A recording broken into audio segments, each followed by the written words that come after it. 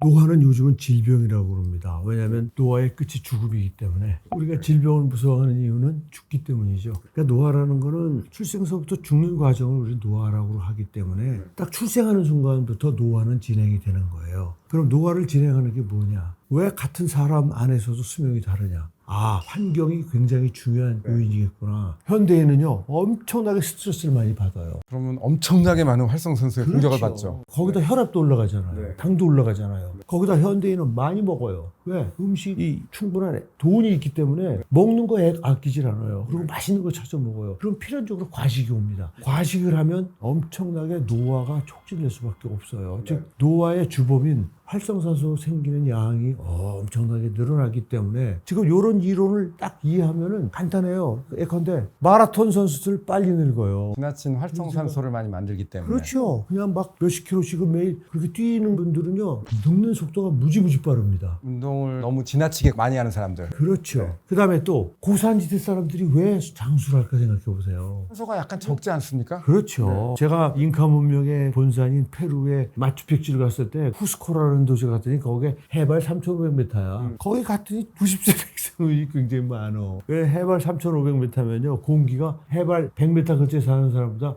한 70%밖에 없어요. 산소가요. 그러니까 그분들은 거기서 대대로 살았기 때문에 산소를 덜 쓰니까 활성산소가 덜 나오는 거예요. 그러니까 오래 사는 사람이 많아요. 장수하는 사람들이.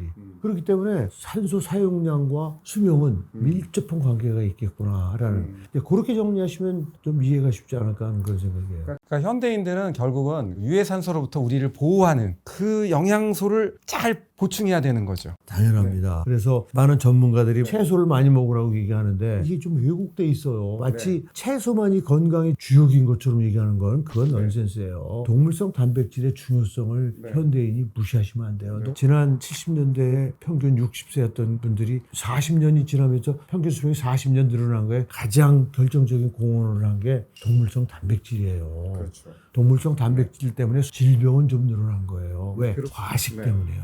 우리가 채식을 하시는 분들은요, 과식을 안 해요. 채식은 절대 과식을 요구하지 않습니다. 생각해보세요. 우리가 회식 그러면 다 고기 먹는 거예요. 그 끝이 뭐예요? 과식입니다. 끝나고 나서 된장찌개 한 그릇, 냉면, 배가 터지게 먹습니다. 그게 과식이 불러일으킨 대한민국의 현실이란 말이에요. 근데 생각해보세요. 우리가 회식한다 그러면 상추 회식하러 가는 분이 있습니까? 상추를 배 터지게 먹고 아이고 배불러 그러고 나오는 경우 있어요? 채식을 하면요, 균형과 절제를 하게 돼 있어요. 많이 안 먹습니다. 사실은 그게 결정적인 거예요. 마치 고기를 먹었기 때문에 암에 걸리고 고기를 먹었기 때문에 뚱뚱해져서 뚱뚱해지는 게 고기 때문입니까? 밥 때문이에요, 밥. 그러니까 우리 국민들이 지금 이렇게 이 노화와 관련해서 제가 말씀을 드리고 있는데 노화라는 게 결국 건강 지키는 거예요. 건강한 노화는 건강하게 사는 거란 말이에요. 그러니까 이런 굉장히 중요한 상식을 우리 국민들이 지식인사이드 이 방송을 통해서 알게 됐으면 저는 아주 좋겠고요. 제가 볼 때는 박사님이 이미 다 얘기해 주셨어요. 결국은 노화를 막는데 가장 중요한 거, 절대 우리가 피해야 될 것들, 과식이라는 그 키워드를 얘기해 주셨고, 우리가 너무 채식만을 강조하면 안 된다는 거죠. 그러니까 어느 정도는 동물성 단백질을 너무 과한 양은 아니지만 적절한 양을 섭취하는 게 노화를 예방하고 우리의 건강을 지키는데 굉장히 중요한 부분이라는 거를 지금 얘기해 주시는 것 같아요. 주인공은 비타민C예요. 네. 인류사의 어느 시점에 비타민C 만드는 유전자 하나가 돌연변이가 와가지고 못 만들게 됐다는 게는 학문적으로 완벽하게 밝혀져 있어요. 그런 역사적 배경, 과학적 배경이 다르기 때문에 비타민 B하고 비타민 C를 똑같은 기준으로 복용을 하시면 안 된다는 거예요. 다시 말씀드리면 비타민 B는요, 우리가 음식을 충분히 먹으면 거기에 따라 들어오게끔 만들어진 물질이에요. 그렇기 때문에 소량이면 되는 거예요. 보세요. 비타민 B 적정량 보세요. 기껏해야 밀리그램, 마이크로그램이에요. 하루에 그램 단위로 먹는다 그러면 죽는 사람 많이 나와요. 그러니까 아주 작은 양이면 충분히 섭취가 가능한 거예요. 비타민C는 원래 만들던 물질이기 때문에 필요량이 다른 거야. 비타민C는 지금 우리가 그램 단위로 먹고 있잖아요. 현대인의 질환 중에 제일 무서운 질환이 혈관 질환이에요. 근데 비타민C가 부족한 병을 뭐라고 그래요? 괴혈병이라고 하잖아요. 괴혈병이 뭐야? 혈관이 파괴되는 병이다 이 말이야. 그래서 맨 처음에 발견될 때 피를 질질 흘면서 상처가 아물지 않는다는 건 혈관이 아물지 않는다는 뜻이에요. 피가 어디서 나와요? 혈관이 터져 나오는 거 아니에요. 혈관이 막히면 그때부터 힐링이 되는 거예요. 비타민C가 부족한 환자를 봤더니 계속 피가 질질 나오고 그 부분이 감염이 돼서 고름이 생기고 이러다 죽는 거야. 그러면 뒤집어서 얘기하면 현대인은 비타민C를 충분히 먹잖아요. 어떻게 될까? 혈관이 제일 먼저 튼튼. 이건 실험이 필요 없는 거예요. 그 다음에 전반적으로 면역 기능을 올려서 암을 예방하고 직접 암의 원인을 없애서 암을 예방하기도 하고 그 밖에도 항 바이러스 기능, 뭐 그다음에 뇌세포를 보호하는 기능, 아니 활성산소를 막아주는 거기 때문에 현대인의 지금 치명적인 게 뭐예요? 알츠하이머, 치매하고 파킨슨이 얼마나 많아요. 그거를 비타민C를 충분히 드시는 분들은요, 그거에 걸릴 가능성이 100분의 1로 떨어집니다. 많이 떨어지고. 안 걸린다는 얘기를 할 수 없어요. 그렇지만 100분의 1로 떨어져요. 그걸 왜 주저합니까? 비타민C를 복용을 많이 하는 거에 대해서 부정적인 사람들 하는 얘기가 일반적으로 뭐 결석이라든가 위염이라든가 뭐 이런 얘기 하지 않습니까? 그건 뭐 비타민C에 대한 이해의 부족이죠. 그러니까 첫 번째 위와 관련된 거는 산이기 때문에 초기에 복용할 때 위장이 불편한, 왜냐면 한국 사람들은 맵고 짠 걸 먹기 때문에 위장이 멀쩡한 사람이 없어요. 저런 데다가 좋다는 말만 듣고 그냥 눈 뜨자마자 그걸 입에 넣고 막 이런 참 무지한 분들이 계세요. 정확하게 식사와 함께 드셔야 되잖아요. 식사 중간에 비타민C를 한 2000ml 정도를 먹고 그걸 하루에 3번 먹으라는 게 우리 복용 지침이잖아요. 그러니까 이제 그런 얘기를 잘 귀담아 듣지 않으시고 그냥 좋다니까 그냥 아무 때나 드신 거예요. 그러면 속쓰림을 체험하시면 그 다음부터는 절대 안 먹어요. 저거는 속쓰림 물질이라고 해가지고. 그러니까 이제 우선 복용법을 지키시라는 말씀을 드리고, 그 다음에 정말 제가 많이 설명을 했지만 위장에서 발생하는 발암물질 생성을 억제해주기 때문에 그동안 발암물질의 공격을 받던 위장이 발암물질의 공격을 더 이상 안 받게 되기 때문에 위장이 어떻게 돼요? 튼튼해지죠.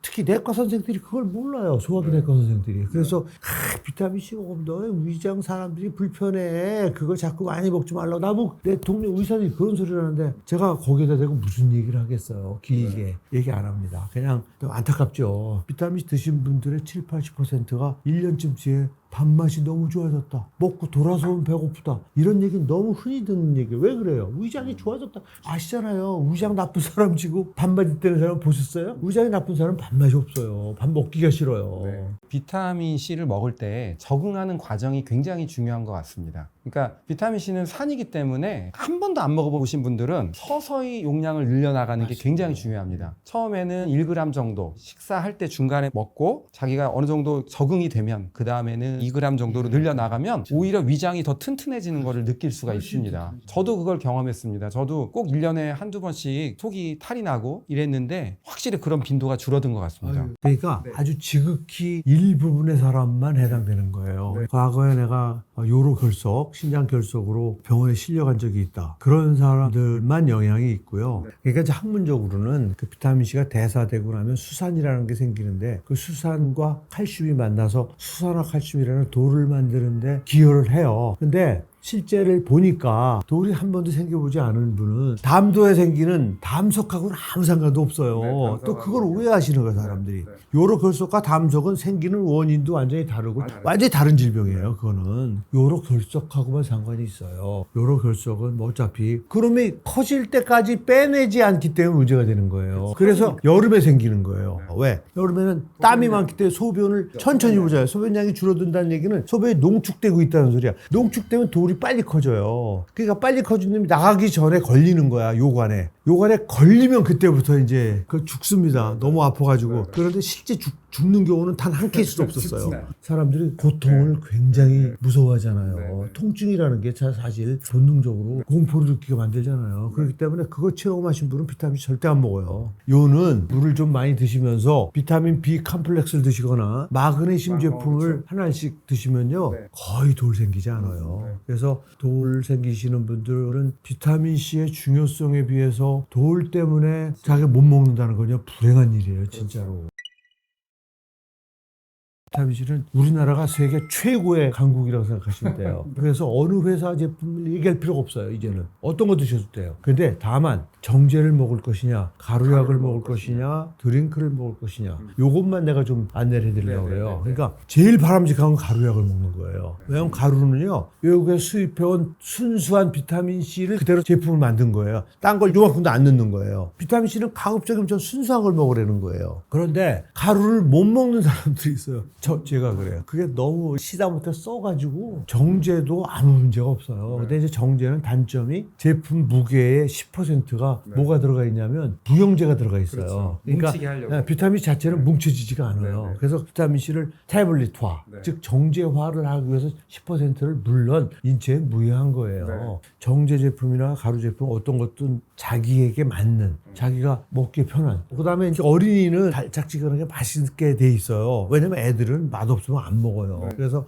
요즘 제품이 우리나라처럼 다양하게 나와 있는 그런 회사가 없어요. 그리고 저는 비타민 C는 가급적이면 독자적으로 먹어라. 뭐 다른 걸 뭘 섞어서 부가가치를 높이고 하려고 하는 그런 노력들을 하시는데, 비타민 C를 깊이 있게 연구한 제 생각은 비타민 C는 순수하게 먹고 다른 거는 종합 비타민 정도를 하나 먹는 것으로 보완을 하시는 게 좋지. 왜냐하면 비타민 C는 원래 비타민이 아니라고 그랬잖아요. 근데 비타민 모아놓은 거에다가 거기도 비타민 C가 들어가 있어요. 종합 비타민에도. 그걸 먹고 비타민 C 먹었다고 그러는 분이 있어. 참 안타까운 얘기지. 아유, 천연이 좋지요. 문자적으로. 근데 그건 뭘 오해한 거냐면, 사람들이 오렌지 속에 있는 비타민C가 천연이에요. 그렇죠. 근데 오렌지 속에 있는 비타민C를 빼서 비타민C 제품을 만들잖아요. 그러면 케미컬 프로세싱을 해야 돼요. 거기서 추출해야 되니까. 오렌지를 먹으면 천연 먹는 게 맞아요. 천연이란 말을 할 거면 그냥 음식으로 드세요. 그렇죠. 그게 천연이야. 그런데 오렌지에서 빼낸 비타민C를 모아서 알약을 만들려면 케미컬 프로세싱을 할 때는 더 이상 천연이라는 말을 못 써요. 천연물 유래 비타민C란 말을 쓸 수가 있어요. 정확한 거예요. 그 다음에 사실은 우리가 먹는 비타민C 또는 주사 맞는 비타민C는 다 곡물을 발효시켜서 만든 생합성을 한 비타민C예요. 원래 우리 몸에서 비타민C가 만들어지는 과정을 그대로 미생물들이 해주는 거예요. 포도당이 변화돼서 비타민C가 되는 거예요. 결코 우리가 먹는 비타민C가 마치 석유 제품에서 빼낸 것처럼 그렇게 오도를 해가지고 막 구미들 현혹시키는 그런 어떤 모 회사들이 있는데 그건 잘못됐어요. 우리가 그냥 사 먹는 일반적인 비타민 C가 어떻게 보면 가장 좋고, 제일 좋은 거는 가루 비타민 C를 드실 수만 있다면 가루 비타민 C 드시는 게 가장 좋고, 그 다음에 입에 쓰다든가 이런 거가 힘드신 분들은 알로 정제로 만든 거 드시면 좋을 것 같습니다. 현대인들이 요즘에 지나친 경쟁 사회지 않습니까? 직장에 취직을 하면 일을 하게 되는데, 일을 하는 가운데서도 굉장히 남하고 비교를 하고 거기서 스트레스를 많이 받는 그런 문화이기 때문에 굉장히 스트레스에 취약해 있는 것 같고요. 또 스트레스가 있다 보니까 회식 자리를 가게 되거나 음식으로 그거를 갖다가 해소하려고 과식을 하게 되죠. 이런 습관들이 결국은 노화를 가속시키고 병적 노화를 유발하는 것은 분명한 사실인 것 같습니다. 그러면 현대인들은 좀 더 현명하게 바닥에 생기는 활성산소를 어떻게 하면은 내가 조절할까? 노화라는 거는 그냥 단면적으로 몇 년을 보는 게 아니에요. 나의 인생에 80세까지, 90세까지 이게 길게 보고 어떤 좋은 습관을 만들어야 되는데, 결국은 활성산소를 조절하는 아주 좋은 습관, 이 부분을 잘 자기가 유연하게 받아들이느냐가 현대인들이 장수를 하고 건강하게 사는데 가장 중요한 부분이 아닐까, 저는 그렇게 생각이 듭니다. 잘 요약하셨습니다. 네.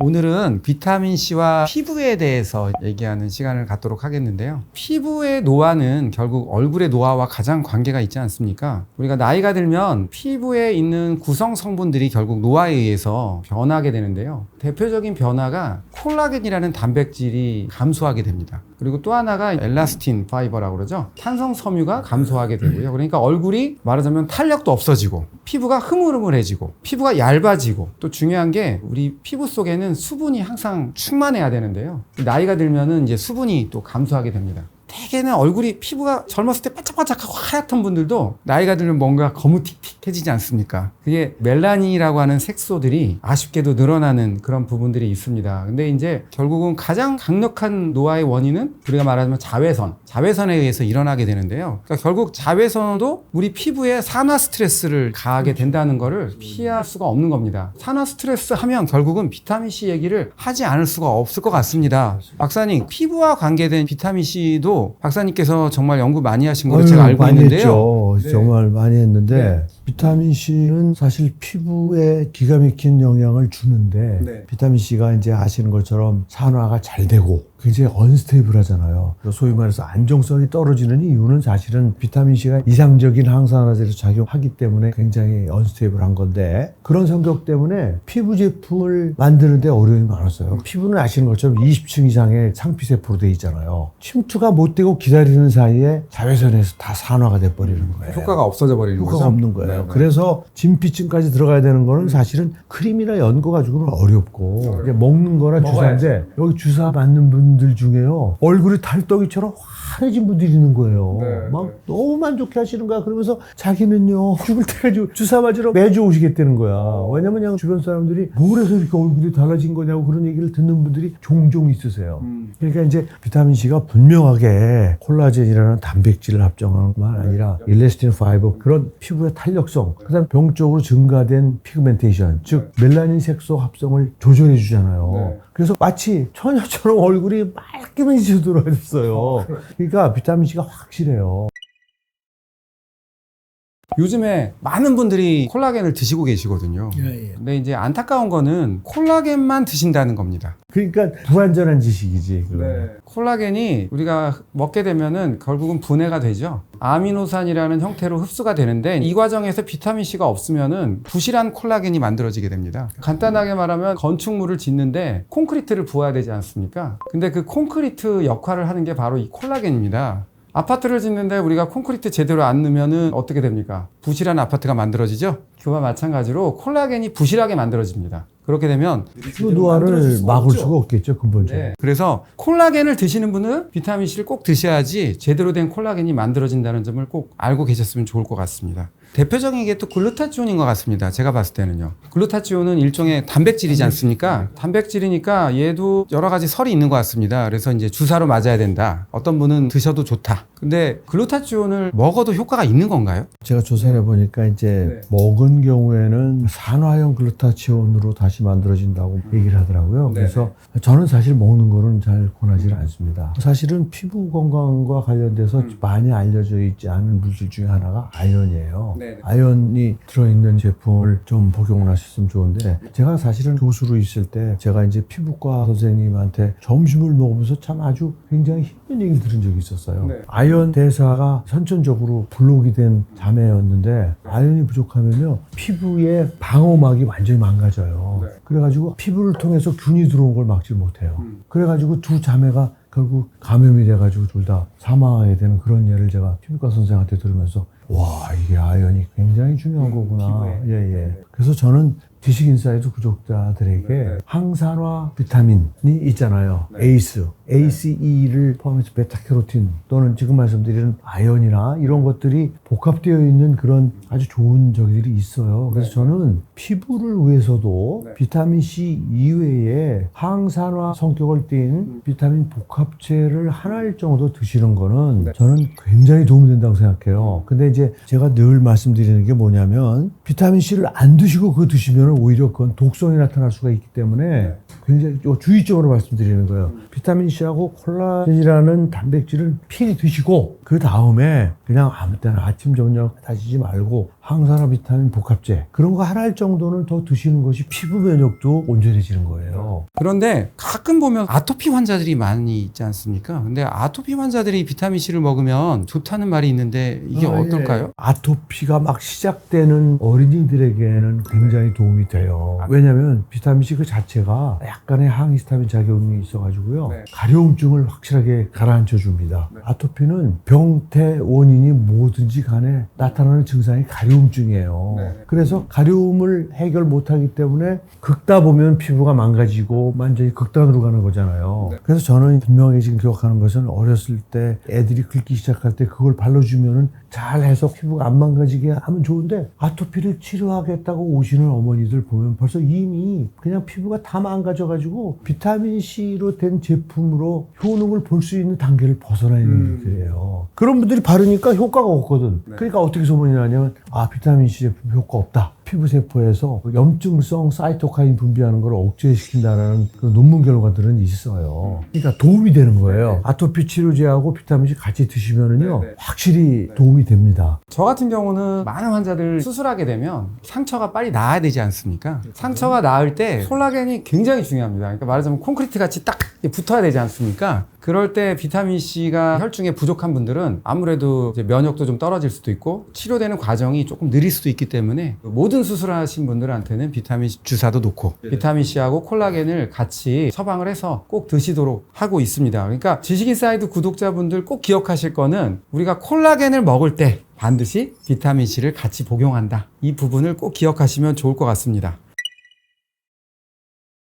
자, 그러면 남들보다 10년 젊어 보이는 비결, 뭐 예를 들면 습관이라든가 이런 거 한번 종합적으로 말씀해 주시면 좋을 것 같습니다.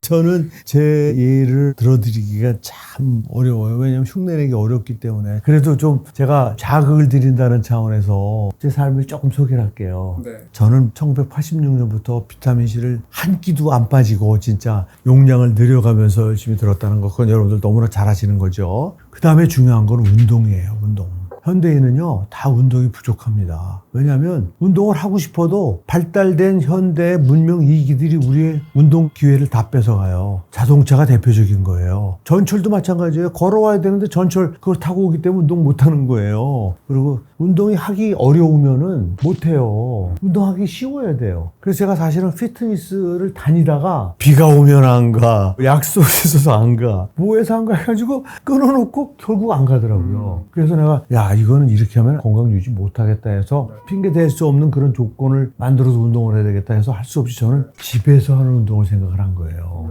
그래서 집에 가면은 웬만한 운동기구가 다 있어요.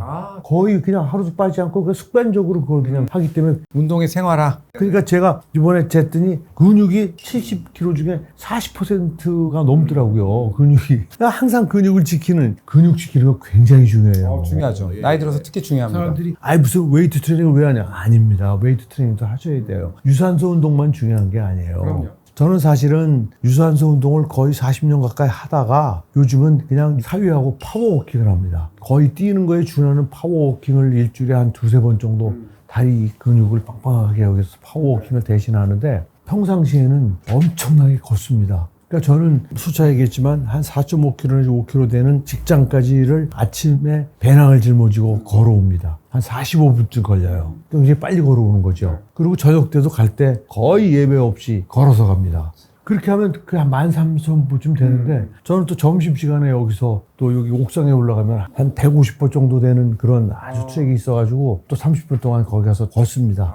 집에 가가지고 또 와이프 데리고 나가서 40분에서 50분 걷습니다. 그렇게 하면은 한 24,000보 정도를 매일매일 걸으시는구나. 그렇게 하고 흉내낼 수 있겠어요? 박사님 못지않게 저도 사실은 열심히 하거든요. 나보다 운동 더 하면 더 했지. 자전거를 막 100km씩. 저는 이제 기본적으로 새벽 운동을 많이 합니다. 왜냐하면 시간이 없어가지고요. 제가 꼭 7시쯤 헬스하러 이제 가는데요. 그 전에 저는 공복에 비타민C를 꼭 먹습니다. 네, 그 다음에 한 1시간 정도 있다가 이제 운동하러 갑니다. 웨이트 트레이닝을 하고, 그 다음에 달리기를 한 30분 정도 꼭 하죠. 그리고 이제 병원에서는 웬만하면 이제 계단으로 저도 다니고, 주말에는 한강에 가서 달리기를 하고, 운동은 이제 기본적으로 굉장히 중요한 것 같아요.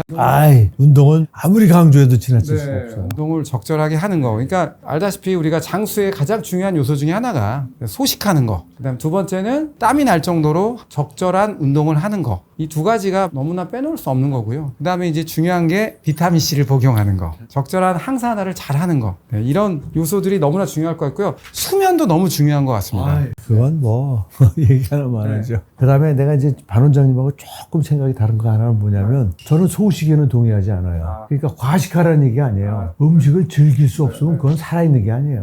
도대체 왜 건강해지려고 그러는 거예요? 제 철학은 아무것도 가리지 않고 다 먹습니다. 아이스크림 수업부터 시작해서 단팥빵 뭐 그거 정말 엄청 잘 먹습니다. 그러니까 내 친구들이 막 놀래요. 너 이렇게 먹고도 당뇨 안 왔냐? 미안하지만 난 당화혈색소가 5.5야. 미안하지만 저 사위를 데리고 살아요. 이 녀석이 그냥 아버님 후식 드시죠 그러고 그냥 아이스크림 들고 오면 오케이 하고 다 먹어요. 그리고서 바로 걸으시잖아요. 그리고 저는 또 그 녀석 데리고 30분 있다가 이제 1시간 동안 열심히 파워워킹도 하고 막 이렇게 하니까 그게 훈련이 되면요 힘도 안 들어요. 맨 처음에 시작하시는 게 어렵죠. 그러니까 원래 운동은 트레이닝이에요. 트레이닝. 그런 개념을 우리 지식인사이드 구독자들이 이해하셔야 돼. 그래서 어려워요. 그래서 그걸 반복적으로 인내가 필요하고 극복이 돼야 돼요. 그러면 너무 쉬워요. 결국은 내적 건강이 외적인 피부의 건강으로 나타나는 게 분명한 것 같고요. 그 다음에 식습관도 제가 이제 적게 먹어야 된다 이렇게 말씀드렸는데 다시 표현한다면 골고루 적당히 잘 드셔야 된다는 거. 음식을 즐길 줄 알아야 된다. 그래야지 당연히 피부의 질도 좋아지겠죠. 또 우리의 삶의 질도 좋아지고 이 부분은 분명한 것 같고요. 그 다음에 이제 피부를 건강하게 유지하는 방법 중에 하나가 뭐냐면 적절한 세안을 잘해야 됩니다. 그러니까 어떤 게 있냐면 우리가 잠을 자고 나지 않습니까? 그러면 잠을 자고 나면 얼굴에 유분이 많아지게 되죠. 사람들이 저녁 때 화장을 하고 그걸 깨끗하게 지우는 건 너무 잘 아시는데요. 아침에 일어났을 때 잠을 자는 동안에 유분 분비량이 늘어나게 되죠. 이게 이제 피부를 나쁘게 하는 원인이 될 수가 있습니다. 그래서 반드시 잠을 자고 나면 깨끗하게 세안을 해야 됩니다. 이래야지 우리가 고운 피부를 유지하는데 굉장히 중요한 요소라는 거 제가 한 가지 팁으로 알려드리고 싶고요. 그 다음에 이제 큰 돈을 들이지 않고 얼굴이 젊어 보이는 그런 방법 제가 맨날 강조하죠. 얼굴의 표정입니다. 첫 번째가 그죠? 얼굴은 크게 세 가지 근육으로 이루어져 있습니다. 입꼬리가 올라가 있는 게 얼굴의 동안 근육이라고 해서 중앙 근육을 너무 잘 쓰고 계시는 거예요. 그게 약간의 선천적인 부분도 관련이 돼 있습니다. 그러니까 그 연예인들 중에도 보면은 아주 입꼬리가 예쁘게 올라가 있는 분들 계시지 않습니까? 이런 거는 타고난 게 있는 거죠. 그렇지만 우리가 노력에 의해서 이런 걸 어느 정도 바꿔줄 수가 있는 겁니다. 그래서 자기가 너무 입에다가 가만히 계실 때 항상 24시간 동안에 잠자는 시간 빼고 나머지 시간 동안에는 가능한 입 주변에 힘을 좀 푸시는 거 살짝 입꼬리를 내리는 근육들을 릴렉스 하는 거죠. 릴렉스 하면서 입꼬리를 올리는 근육들을 이렇게 항상 트레이닝 하는 거. 근데 가볍게 이렇게 치아가 보이게 가볍게 이렇게 힘을 주시면서 그러니까 웃는 연습 그런 거를 꾸준히 하신다면은 돈 안 들이고도 얼굴이 좀 젊어 보이는 동안 얼굴을 가질 수가 있습니다.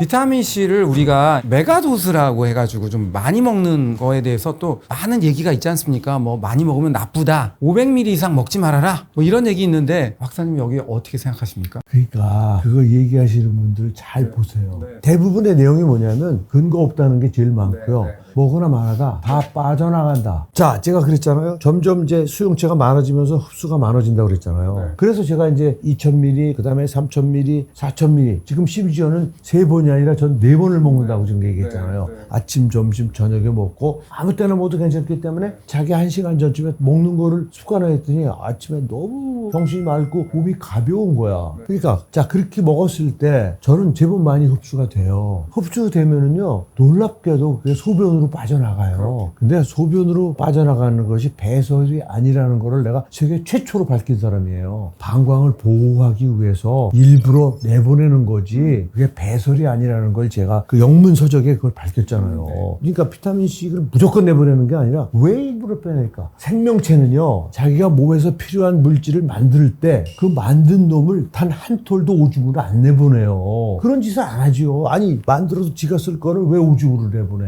근데 비타민C는요, 동물들이 만든다고 그랬잖아요. 그 만드는 동물들의 오줌을 한번 받아서 재보세요. 기절할 정도예요. 혈중 농도의 3배에서 5배 정도의 높은 농도로 소변으로 나가요. 제가 그걸 조사하고 정말 기절하는 줄 알았어요. 동물들이 지가 몸에서 만드는 건 아는데 자기가 합성한 물질을 저렇게 많이 내보내? 야, 이거는 좀 이상하다 하고 가만히 생각해 보니까 아, 이게 배설이 아니라는 증거구나. 자기 몸을 보호하기 위해서 소변을 통해서 나가는 활성산소가 방광을 공격하는 걸 막을 방법이 비타민C를 직접 내보내서 거기에서 중화시키는 거 외에는 방법이 없어요. 그래서 일부러 콩팥에서 비타민C가 걸러져 나가게끔 해서 소변 속에 충분한 양의 비타민C가 섞이게 만든 거예요. 일부러. 그래서 제가 얘기하잖아요. 저는 방광 건강이 20대라고. 저는 밤에 화장실 절대 가지 않습니다. 내 나이쯤 되면요, 다 깨세요, 거의. 그래서 가서 소변을 막 부는 것도 아니고 소변 그냥 한 100cc 그냥 보려고 깨는 거야. 그러면서 수면의 질이 떨어지는 거예요. 자, 그러면 비타민C를 충분히 드시면 첫 번째는 비타민C가 위에서 위장을 보호하고, 그렇지. 두 번째는 이제 적당히 빠져나가서 대장에 가서 대장을 유익균으로 바꾸고, 그렇죠. 또 십이지장에서 흡수가 돼서 혈중 농도가 올라가면 우리의 혈관을 보호하고, 또 적당히 혈관을 보호하다가 소변으로 빠져나가면 방광도 보호하고. 아, 그럼 비타민C를 단 한 톨도 네. 한 톨도 허비되는 게 없어요. 진짜 많이 먹어야 될 것 같은데요? 많이 먹어야 돼요. 그리고 이제 아니 비타민C가 어차피 소변으로 빠져나가는데 뭐하러 많이 먹냐 이렇게 얘기하는데, 우리가 비타민C도 약처럼 혈중의 농도를 일정하게 높게 유지해야 되지 않습니까? 그죠? 6시간 정도 지나면 혈중 농도가 떨어지니까 6시간마다 사실은 보충을 해주면 가장 아이디얼한데, 그죠? 그렇게 할 수는 없으니까 식사 때마다 꼭 최소한 2g 정도죠. 꼭 이 부분을 잘 기억하셔서 식사 때마다 드시기를 바랍니다. 그리고 비타민C를 처음 복용하는 분들이 항상 얘기했던 얘기인데, 부작용이 생기는 게 대부분 다 이제 설사나 위에 관한 문제인데, 이때 어떻게 해야 될까요, 박사님? 거듭 말씀드리지만 사람의 위장 상태에 따라서 이게 비타민C가 산이기 때문에 처음 복용할 때 문제가 있는 분들이 있을 수 있어요. 그렇습니다. 대부분이 네, 문제 그렇습니다. 없어요. 비타민C는 산이고 한국 분들은 위장이 망가져 있기 때문에 복용법을 잘 안 지키면 위장 문제를 체험하게 되고, 위장 문제 체험하면 비타민C는 위장장애 있구나 이러고 그냥 안 먹게 돼요. 그러시죠. 그런 분들은 네. 반 원장님이 최소한 2000ml, 네. 2g이라고 그랬잖아요. 네, 그거를 자기에 맞게 초기에만 조정을 하시라는 거예요. 그렇습니다. 우리는 여러분들의 몸 상태를 네. 모르잖아요. 네, 네, 네. 특히 위장 상태를. 나는 위가 튼튼하다 하는 분은요, 최소한 2g 시작해도 아무 문제 없어요. 그렇습니다. 근데 위장이 예민해서 나는 오렌지 주스만 먹어도 속이 쓰리다 그런 분들은 진짜로 철저하게 식사를 꼭 해서 위장 채우고 드셔야 될 뿐만 아니라, 두 번째는 양 조절을 자기가 하려는 거예요. 2000ml를 했더니 힘들면 1000ml로 드시면 돼요. 그럼요. 늘려나가시면 되죠. 그렇죠. 1000ml를 쭉 한 달쯤 드시잖아요. 그 다음에 2000으로 쓱 올려도요, 아침, 점심, 저녁에 1000 하시던 분이 2000 하셔도 아무 문제 없어요. 대부분이 그렇게 극복하셨다고 저한테 답이 옵니다. 저는 사실은 환자분들한테 뭐 아침, 점심, 저녁 만약에 드시기 힘들으면 아침, 저녁이라도 먹으라고 말씀드립니다. 그러니까 천천히 늘려나가시는 게 가장 중요하다고 생각되고요. 또 비타민C에 대한 비타민C가 안 좋다 이런 거를 얘기하는 중에 돌을 얘기를 하세요. 콩팥에 있는 돌. 그 얘기를 꼭 하시는데, 이 부분에 대해서는 또 박사님께서 정리를 해주셨으면 좋겠습니다. 기본적으로 비타민C를 먹으면 부작용이 생길 수 있다는 생각을 버리려는 거예요. 왜냐하면 그런 생각을 머리에 가지고 있으면요, 인간은 플라세보 이펙트에 의해서 쉽게 나타나요. 그래서 우선 비타민C는 물보다도 안전하다더라 라는 그런 생각을 먼저 가지시고, 돌도 마찬가지예요. 결석이 지금까지 한 번도 생긴 적 없는 분은 절대 생기지 않아요. 비타민C 아무리 많이 먹어도요. 근데 작년에 결석으로 한번 병원에 너무 아파서 실려간 적이 있다. 그런 분들에게만 해당이 되는 거예요. 그런 분들은 솔직히 말씀드리면 비타민C에 의해서 돌 생기는 빈도가 빨라질 수 있어요. 그건 확실해요. 그걸 제가 돌하고 상관없다고 얘기하는 게 아니에요. 상관이 있어요. 왜냐면 비타민C가 대사될 때 나오는 수산이 칼슘하고 없는 수산화 칼슘. 그러니까 수산과 칼슘만 제공되면 돌을 만드는 그런 생화학적 조건을 갖춘 분들이 있어요. 그런 분들은 그것들이 생기는 조건에 따라서 얼마나 자주 생기느냐의 문제일 뿐이지, 그 조건을 충족시키면 빨리 생겨요. 그런데 저처럼 저 40년 먹었잖아요. 전 진짜 엄청 먹잖아요. 어떤 때는 막 30g도 먹어요. 그리고 우리 주위에 우리 가족들 정말 철저하게 먹습니다. 우리 반 원장님도 마찬가지지만 돌 생겨요? 안 생겨요. 한 번도 생긴 적 없는 사람은 안 생긴단 말이에요. 그러니까 요로 결석이 생겼던 분들도 저는 꼭 드셔야 된다고 얘기를 하는데, 그분들은 우선 첫 번째는 물을 많이 드시면 돼요.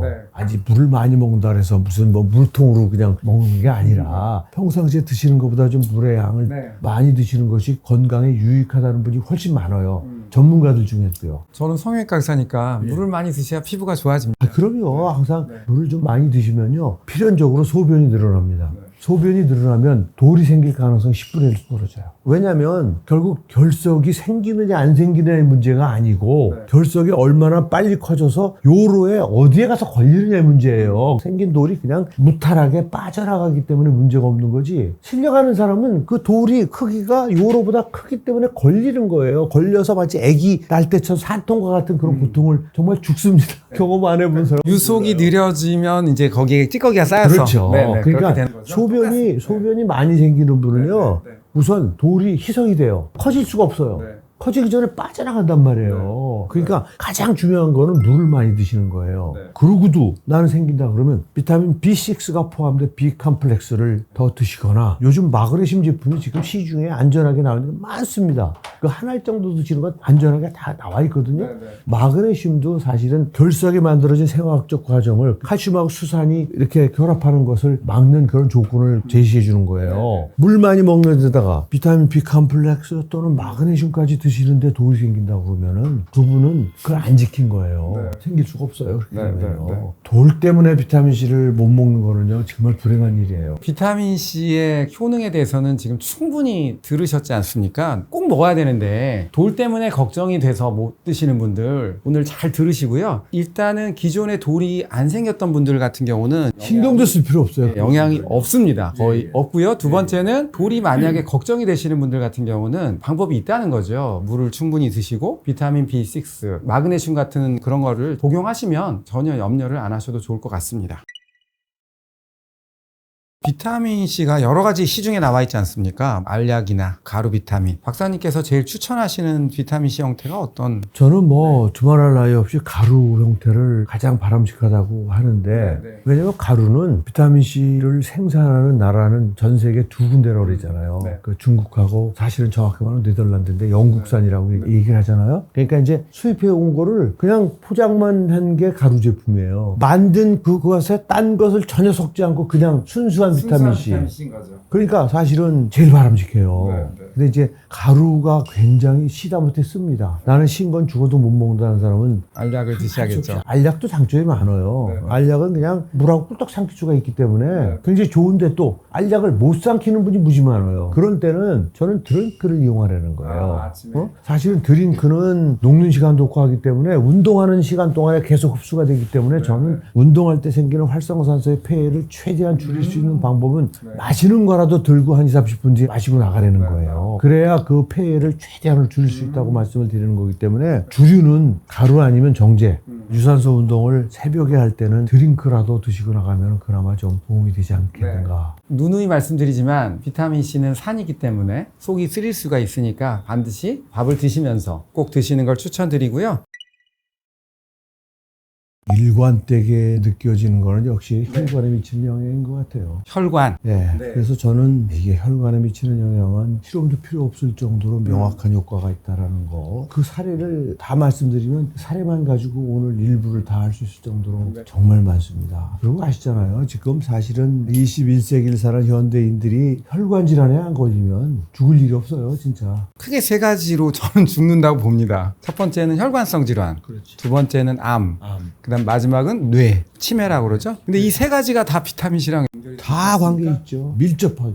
저희 의사들이 그 일반적으로 대학에서 비타민C 하면 그냥 괴혈병 정도만 알고 있지 않습니까? 저도 사실은 그거밖에 몰랐습니다. 박사님 만나기 전에는. 근데 이 괴혈병 자체가 말 그대로 비타민C가 부족하면 혈관이 약해져가지고 그렇죠. 생기는 병이니까 혈관이 힐링이 안 되면 네. 상처가 치유가 될 수가 없어요. 그러면은 만약에 비타민C가 부족하고 스트레스를 받게 되면 혈관에 문제가 생긴다는 거 저도 알고 있는데 이 부분에 대해서 박사님께서 정확히 말씀해 주셨으면 좋겠습니다. 반 원장님이 잘 지적해 주신 것처럼 사실 현대인은 혈관 질환, 그다음에 암, 그다음에 이제 알츠하이머나 파킨슨과 같은 뇌 질환이 아니면 다 120세 삽니다. 그 첫 번째 눈에 띄게 늘어난 것. 솔직히 암은 그렇게 확 늘어났다고 얘기하기 어려워요. 진단법 때문에 새로 찾아낸 사람들이 많아져서 늘어난 것처럼 보이지만 실질적으로 많이 늘었다고 얘기하기는 어렵거든요. 그런데 혈관 질환은 폭발을 하고 있잖아요. 혈관 질환은 우리 의과대학 다닐 때 생각해 보세요. 사실 40대, 50대 젊은이들이 혈관 질환 걸리는 거 보셨어요? 없었어요. 근데 지금은 40대, 50대 젊은이들이 너무 혈관 질환이 많잖아요. 그거는 현대인들의 과식과 스트레스 때문에 활성산소가 많이 생깁니다. 제가 오늘 우리 지식인사이드 구독자들에게 진짜 아주 중요한 어떤 의사 선생님에게도 제대로 들어보지 못한 정말 귀한 얘기를 좀 해주려고 그러는데 괜찮겠습니까? 해도. 그러니까 우리 몸이요 계속 활성산소 때문에 혈관이 손상이 일어나기 때문에요. 결국은 혈관 벽을 손상시키는 것도 활성산소예요. 제일 중요한 게 물론 거기에 이제 고혈압과 고혈당이 되잖아요. 그 활성산소가 늘어나기 때문에 혈관이 빨리 망가지고 당뇨 환자가 그래서 혈관이 망가지는 거라는 걸 우리 지식인사이드 구독자분들 깊이 있게 아셔야 돼요. 그러니까 활성산소가 혈관 내피 손상도 주지요. 여러분들 아시는 것처럼 콜레스테롤을 우리 간에서 만들어지면 우리 몸에서 필요하기 때문에 피를 타고 전달이 되는 거예요. 그러니까 혈중에 항상 있단 말이에요. 그러면 활성산소가 많으면 콜레스테롤이 활성산소와 만날 수밖에 없잖아요. 산화가 되는 거예요. 우리 기름 산패되는 것처럼. 기름이 산패되면 무섭다고 그러잖아요. 똑같은 거예요. 그러니까 콜레스테롤이 그렇게 산화가 되는 순간 활성산소가 혈관 벽을 망가뜨렸죠. 네. 콜레스테롤을 산화시켰죠. 네. 산화되면은 우리 피 속에 단핵구라는 세포가 있어요. 단핵구라는 세포가 그 산화된 콜레스테롤만 잡아먹습니다. 잡아먹고 수용체가 발용되면서 그 수용체에 의해서 손상된 상처에 가서 침착이 되는 거예요. 그 세포가. 그리고 그 세포 속에는 산화된 콜레스테롤이 들어있는 거예요. 그러니 생각해보세요. 어떻게 해야 돼요? 활성산소를 없애야 돼요. 활성산소 없애면요. 우선 혈관 내피 손상이 안 오게 근본적으로 막아주잖아요. 그 다음에 콜레스테롤이 산화되는 걸 막아주잖아요. 그러니까 단핵구가 잡아먹지 않아요. 동맥경화 생길 수가 없습니다. 근원적으로요.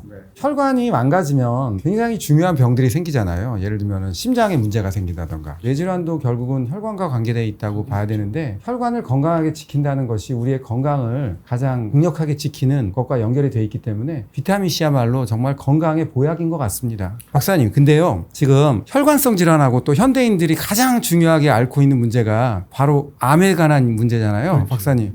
암하고 비타민C도 연관이 있나요? 정말 뗄래야 뗄 수 없죠. 그러니까 우선 왜 먹는 법을 얘기하잖아요. 그 굉장히 강조하잖아. 그게 왜 중요하냐면 그게 위암 예방하고 관계있기 때문에 그래요. 그리고 먹는 게 또 왜 중요합니까? 대장암 예방에도 무지무지 중요하다는 걸 제가 거의 처음으로 밝힌 사람이에요. 실험적 근거를 가지고. 그러니까 복용법과 관련해서 우리가 반드시 식사와 함께 먹으라는 이유가 그냥 아무 때나 먹어도 돼요. 되지만 식사랑 함께 먹으면 위암 예방이라는 굉장히 중요한 1차 효과가 있기 때문에 암과 관련해서 얘기해달라고 그래서 제가 말씀을 드리는 거예요. 잘 아시는 것처럼 위 속에 이제 음식이 들어가면 2시간 정도를 머뭅니다. 2-3시간. 그 머물면서 그게 이제 죽이 만들어지는 거거든요. 그때 우리가 원하지 않는 발암물질이 생긴다는 건 뭐 잘 알려진 얘기예요.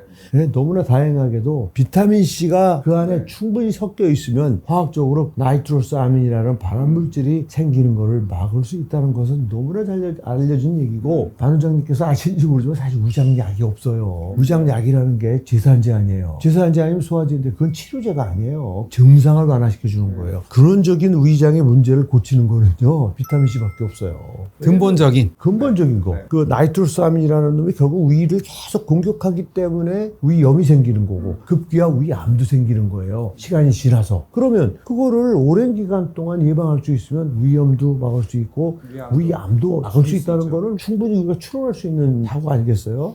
그죠? 근데 실제 보면은요 비타민C를 제대로 복용하신 분들에게 제일 많이 나오는 얘기가 박사님 그거 먹고 나서 돌아서기만 배고파요? 이 얘기를 제일 많이 들어요. 그건 무슨 소리예요? 위장이 튼튼해졌다는 얘기예요. 자기는 그동안 위장 때문에 맨날 밥 먹으면 소화가 안 돼서 밥맛이 없고 그랬는데 박사님 먹은 지 6개월 됐는데 또는 1년 됐는데 먹고 돌아서면 배고픕니다. 저는 지금도 그렇죠. 박사님께서 굉장히 중요한 얘기를 했는데 보통 우리가 비타민C를 이제 처음에 드시는 분들이 겁을 내지 않습니까? 네, 속 쓰릴까봐. 네, 비타민C가 산이기 때문에 아무래도 비타민C를 공복에 드신다던가 음식이 안 차 있는 상태에서 이렇게 드시는 분들 또 위가 또 굉장히 민감한 분들도 계시잖아요. 이렇게 보다 보면 이제 그런 분들이 비타민C를 한번 드시고 나셔가지고 속이 쓰린 경험을 하시면 못 드시지 않습니까? 이제 그러고 포기하시는데 안타깝게도 정말. 근데 신기하게도 비타민C를 식사를 하시면서 잘 복용법을 잘 지켜서 드시면 박사님 말씀대로 한 달쯤 지나지 않습니까? 그러면 오히려 위가 더 좋아지게 되죠. 이게 바로 지금 그 비밀을 말씀하셨는데요. 우리가 음식물에는 나이트러스기하고 아민기라는 게 다 들어있거든요. 만나면 이렇게 나이트러스 아민이라는 게 형성이 됩니다. 근데 이게 위염을 일으키고 위암을 일으키는 물질인데요. 비타민C가 서로 결합하는 거를 차단시켜주는 거죠, 박사님. 단기적으로는 위염도 예방할 수 있지만 장기적으로는 위암도 줄여줄 수 있다는 아주 중요한 그런 얘기를 하고 계시는 것 같습니다.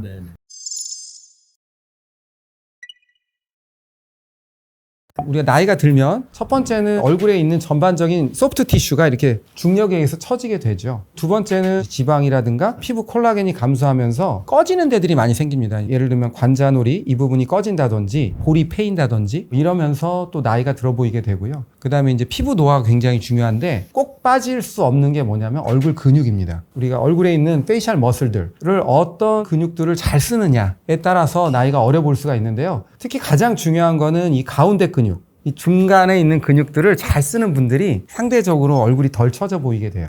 그래서 가장 안 좋은 습관은 이 아래쪽 근육, 이쪽 근육을 많이 쓰는 사람들이 좀 얼굴이 처져 보이는 그런 결과를 보이게 되거든요. 만약에 어떤 분이 습관적으로 이렇게 가만히 있는데 우리가 긴장하고 있지 않습니까? 그러면 자꾸 여기다 힘을 주는 분들이 계세요. 자연스럽게 입을 처지게 하는 근육들, 그 근육들이 발달하게 돼요. 우리가 여기 마리오네트 라인이라고 그러잖아요. 마리오네트 주름이 생기고 얼굴은 밉상이 되겠죠. 그다음에 어려 보이는 사람들의 특징은 뭐냐면 이 가운데 부분이 발달해 있습니다. 소위 말해서 여기 광대근이나 입술을 들어 올리는 근육들이 상대적으로 이렇게 발달하신 분들은 여기가 살짝 통통하면서 입꼬리가 올라가게 돼 있죠. 그리고 이런 부분은 주름이 적게 되죠. 그래서 첫 번째는 우리가 깨어있는 시간 동안에 어떤 표정을 짓느냐, 이 부분을 갖다가는 좀 신경 써서 되도록이면은 입을 꽉 다무는 습관? 이 습관을 꼭 피하시는 게 가장 중요하고요. 가운데 근육에 힘을 주는 연습을 꾸준히 하시는 게 굉장히 중요하고요. 또 좋은 점은 이 가운데 근육에 힘을 주고 있으면 뇌에서도 기분이 좋아지는 여러 가지 물질들이 분비된다고 합니다. 세로토닌이 네. 나오겠구만. 네, 그렇습니다. 피부 노화는 사실은 태어나면서부터 시작이 되는 거예요. 이제 사람들 눈에 보이기 시작하는 그런 나이가 되면 피부가 나이가 들었구나 이렇게 느끼는 거거든요. 노화된 피부는 나타난 특징이 있습니다. 첫 번째는 수분이 감소를 해요. 또 우리가 피부를 구성하는 가장 탄탄한 단백질인 콜라겐이 결정적으로 감소를 합니다. 그러면서 이제 피부의 탄력이라든가 두께가 감소하고 탄성 섬유라고 해서 엘라스틴 파이버라는 게 있는데 엘라스틴 파이버도 감소를 하게 돼요. 그리고 또 하나는 색소 중에 이제 멜라닌 색소라는 게 있는데 노화가 된 피부는 슬프게도 이 멜라닌 색소가 늘어납니다. 그러면서 피부 색깔이 어두워지고 피부는 탄력이 줄어들고 또 피부는 얇아지게 되고 그러면서 얇아진 피부들의 특징은 이제 주름이 나타나게 되죠. 노화된 피부가 결국은 바깥으로 나타나게 되지요. 이 모든 것들이 노화의 과정이고 피할 수가 없는 거죠. 피부는 결국은 핵심이 얼마나 얼굴에 색소가 있느냐, 피부에. 그다음에 또 주름이 얼마나 있느냐가 이제 쟁점인데 타고나는 것도 있는 것 같아요. 일단은 피부가 하얗게 타고나신 분들이 굉장히 더 젊어 보이지만 빨리 늙더라고 보면은. 왜냐하면 피부가 하얀 분들이 되게 피부가 좀 얇습니다. 얇으니까 콜라겐이 빠지면서 그렇게 빨리 눈에 보이게 되죠. 그래서 백인들이 주름이 좀 많은 이유가 그런 요소가 좀 있습니다. 적절한 운동은 우리가 스트레스를 해소하고 또 혈액순환도 좋게 해서 우리가 장수의 가장 중요한 요소가 뭐냐면 적게 먹고 하루에 적절하게 운동을 하는 거거든요. 근데 문제는 과다한 운동입니다. 제가 몇 년 전에 자전거를 엄청 열심히 탔었습니다. 막 하루에 막 100km 이상을 자전거를 탔는데 오랜만에 만난 친구들이 저보고 늙었다는 겁니다. 약간 그때 좀 충격을 받았었는데요. 운동도 적절한 운동을 해야 되는 거죠. 적절한 운동을 해야지. 적절한 운동에다가 비타민C를 드시면서 드시고 나서 2시간 이후에 이게 굉장히 중요해요. 이거 굉장히 지식인사이드 구독자들에게 굉장히 좋은 정보인데 새벽 운동을 하면 안 돼. 그래서 새벽 운동은 아무리 비타민C를 먹어도 소용없어요. 왜냐하면 비타민C를 먹고 6시간 이내에 다 쓰이기 때문에 저녁 때 먹은 비타민C를 새벽까지 가질 않아요. 새벽에는 걷는 운동 이상을 하지 말아라. 뛰거나 수영을 하거나 등산을 하거나 뭐 라켓볼이나 이런 걸 하면 안 된다는 거예요. 그거는 심폐 기능은 증진돼서 기분 좋을지 모르지만 피부도 빨리 늙고 혈관도 빨리 늙어요. 그 새벽 운동을 굉장히 좋아하는 분들이 있어요. 근데 그런 분들은 조금 더 일찍 일어나서 비타민C를 만약에 먹고 운동을 하시면 모르겠지만 그렇지 않으면 오히려 제가 볼 땐 노화를 촉진하고 피부를 망가뜨리는 그런 원인이 되지 않을까. 피부가 문제가 아니라 혈관이 한 10년, 15년 그렇게 하면요. 실려갑니다. 응급실에.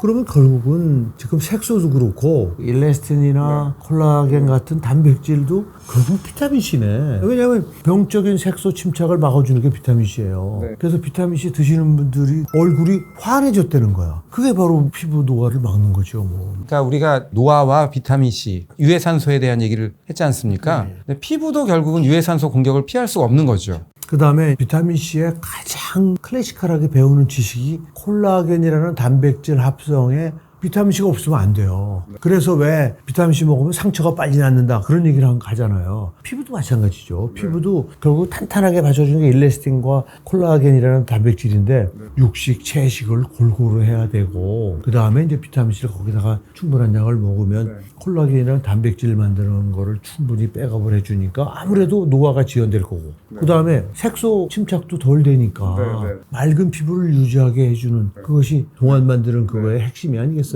결국은 비타민 C는 콜라겐을 합성하는데 비타민 C가 강력한 코팩터이고, 콜라겐이 빠지면 당연히 노화가 진행되니까 비타민 C는 피부 건강에 굉장히 중요한 부분을 차지하고 있고, 또 우리가 매일매일 생기는 활성산소로부터 비타민 C가 우리를 또 피부를 보호해 주니까 비타민 C는 피부에 정말 보약인 것 같습니다. 예. 근데 제가 이제 비타민 C를 정생하면서 네. 비타민 C가 미용에 굉장히 도움이 되기 때문에 네. 피부 제품을 만드는 걸 연구하면서 많이 주력했었어요. 바르는 비타민 C. 그렇죠. 네. 그게 어렵더라고요. 네. 굉장히. 왜냐하면 비타민 C가 피부에 침투가 안 되기 때문에 네. 기다리는 동안에 햇빛에 다 산화가 돼가지고 네. 비타민 C가 결국 효능을 발휘 못하더라고요. 그러면 복용하는 비타민 C가 구조상 피부가 표피까지는 비타민 C가 못 가잖아요. 가죠. 네. 진피까지밖에 못 가요. 그러니까 사람들이 표피는 뭐고 진피는 뭐냐고 하겠지만 네. 네. 우리가 딱 만질 때 만져지는 부분이 표피고 안으로 조금 들어가면 이제 진피라는 게 있어. 진피까지는 혈관이 와 있는데 표피는 혈관이 없잖아요. 그래서 사실은 비타민 C의 효능은 지금 말씀드린 진피 속에 있는 콜라겐 합성이나 일레스틴과 같은 탄성 섬유를 만드는 데는 도움이 되지만 표피까지 보호하는 거에는 굉장히 어려움이 있다는 거. 그런 부분들은 좀 아셔야 되지 않을까 하는 생각이 들어요. 근데 어차피 피부의 진짜 노화는 진피에서 일어나는 거기 때문에요. 진피를 잘 보호하면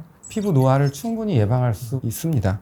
그러니까 비타민 C는 제가 수술을 많이 하지 않습니까? 이제 수술하면 상처가 빨리 회복이 돼야 됩니다. 그래서 콜라겐 합성이 저는 굉장히 중요한 것 같아요. 그래서 제가 수술하는 분들한테는 반드시 비타민 C 복용을 꼭 시키고 있습니다. 안타깝게도 비타민 C를 먹고 있는 분들이 대부분은 아침에 한 알 정도 드시는 것 같아요. 근데 또 수술이 끝나면 항생제를 먹고 있지 않습니까? 항생제 복용하는 기간에는 또 위장이 또 문제가 생길 수가 있어가지고. 아니 같이 드시게. 같이 드시게 하는 게 좋나요? 그럼요. 네. 왜냐하면 비타민 C 자체가 아주 마일드한 항생제 기능이 있어요. 네. 그때 식사랑 같이 드시면 속쓰리잖아요. 그러니까 어쨌든 수술한 분들한테는 낫는 과정에서 비타민 C가 면역을 강화시키고 우리의 백혈구 기능을 향상시키기 때문에 감염으로부터 우리를 지켜줄 수가 있다고 저는 생각합니다. 그래서 비타민 C 복용을 시키고 피부에 절대적으로 중요하기 때문에 제가 아무리 수술을 잘해놔도 그분들 피부가 좋아지지 않으면 어느 정도 결과가 떨어지겠죠. 그래서 비타민 C 복용을 저는 꼭 권하고 있습니다.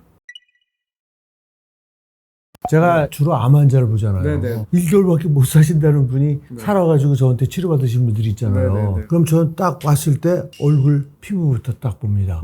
좋아지시는 분은 얼굴이 벌써 혈색도 그렇고 네. 병색이 사라집니다. 그래서 저는 저분은 틀림없이 암 표지자가 좋아졌겠다. 검사해보면 정확히 맞아요. 근데 딱 보면은 눈 주위에 다크라인이 생기고 뭐 이렇게 해가지고 딱 보면 큰일 나네. 저분은 치료가 잘 안 되고 있구나. 아니나 다를까 딱 검사해보면 암 표지자가 나빠지고 있는 거예요. 그래서 저는 얼굴을 딱 봤을 때 단순히 늙었냐 안 늙었냐의 차원이 아니에요. 이거는 정확하게 반영이 된다고 봐요. 우리가 안색을 결정하는 요소가 그게 첫 번째가 이제 멜라닌 색소. 아무래도 색소가 많으면 얼굴이 까매 보이겠죠. 그 다음에 두 번째가 뭐냐면은 우리가 산소 포화도입니다. 피부에 산소 포화도가 이제 올라가게 되면 안색이 아주 밝아집니다. 근데 만약에 몸에 활성산소가 많고 산소 포화도가 떨어져 있는 분들 같은 경우는 안색이 굉장히 어두워 보입니다. 그렇기 때문에 몸 안의 상태가 자연스럽게 얼굴에 발현이 될 수밖에 없죠. 그죠, 박사님? 그래서 자기 몸을 굉장히 건강하게 관리하는 게 얼굴의 안색을 맑게 하는데도 굉장히 중요한 요소라고 보시면 될 것 같습니다. 그러니까 뭐냐면 과식을 유발하는 음식들. 하버드 대학의 닥터 싱클레어라는 박사님께서 항상 하시는 얘기인데 장수의 가장 중요한 요소 중에 하나가 뭐냐면 적게 먹는 겁니다. 그거는 누구나 다 지금 받아들여지고 있지 않습니까? 음식을 드실 때 과식을 유발하는 음식들은 결국은 몸에 좋을 게 없을 것 같습니다. 그래도 좋을 수가 없어요. 그렇죠. 피부에도. 그러니까 노화와 피부는 뭐 필연적인 거니까 피부에 좋은 음식들이라는 것은 결국은 어느 정도 건강하게 소식을 할 수 있는 음식들, 그게 바로 야채라든가 채소라든가 뭐 이런 음식들하고 그다음에 적절한 단백질을 섭취할 수 있는 음식들, 이런 음식들을 적당량을 골고루 드시는 것이 당연히 건강을 지키는 데도 가장 중요하고 피부 건강을 지키는 데도 가장 중요한 요소일 것 같습니다. 육식과 채식 그거를 균형 있게 하는 게 가장 바람직해요. 그냥 극단적으로 채식만 하지 마시고 또 육식하면서 너무 과식하지 않고 균형 잡힌 영양식, 건강식이 피부에도 좋은 거라는 일반론으로 갈 수밖에 없는 그래야 될 것 같아요.